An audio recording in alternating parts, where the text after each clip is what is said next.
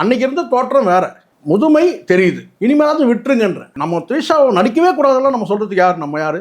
நீங்களா ஒரு கற்பனை பண்ணிக்கிட்டு த்ரிஷா ரொம்ப அழகி, இந்த கேரக்டருக்கு ரொம்ப அவங்க வந்து இருப்பாங்க சொல்லிட்டு நீங்களா கற்பனை பண்ணி நீங்க இஷ்டத்துக்கு நீங்களா ஒரு மேக்கப்லாம் கொண்டு வந்து நிக்க போட்டீங்கன்னா தோல் சுருங்குனது தானே. சட்டியில இருக்கிறதா அகப்பையில வரும்னுவாங்க. இந்த இடத்துல நீங்க ஒட்டி போயிடுச்சுன்னா நீங்க பபுள் கம் வச்சு கொஞ்சம் அமுக்கலாம், உள்ளக்குள்ள வச்சு. நீங்க பபுள் கம் வச்சிட்டீங்கன்னா என்ன பண்ண முடியாது, பேச முடியாது. ஐயோ பேசினா பபுள் கம் வந்து வெளியே வந்து வந்துருமோ. என்னதான் நீங்க மேக்கப் மேன் கிட்ட நீங்க கொடுத்தாலும் ஓரளவு தான் ஒப்பேற்ற முடியும். எனக்கு சில மேக்கப் மேன்லாம் தெரியும், அவங்க சிலாம் சொல்லுவாங்க, அதெல்லாம் சொல்லக்கூடாதுன்னு பார்க்குறேன், தொழில் ரகசியம். ஓரளவுக்கு தான் ஒப்பேற்ற முடியும்.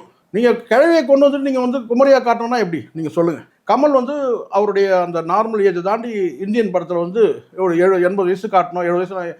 இப்போவே ஒரிஜினலாக 70 தான் வச்சுங்களேன். இப்போ எடுத்திருந்தா இந்தியன் 2 எடுத்திருந்தா பிரச்சனை கிடையாது. ஆனால் அது ஒரு 6-7 வருஷத்துக்கு முன்னாடி எடுத்தது. இந்தியன் 1 வந்து பார்த்தீங்கன்னா ஒரு 35 வருஷத்துக்கு முன்னாடி எடுத்தது. இப்போ எடுத்தாக கரெக்டாக இருக்கும், மேக்கப்பே தேவையில்லை சொல்கிறேன் நான்.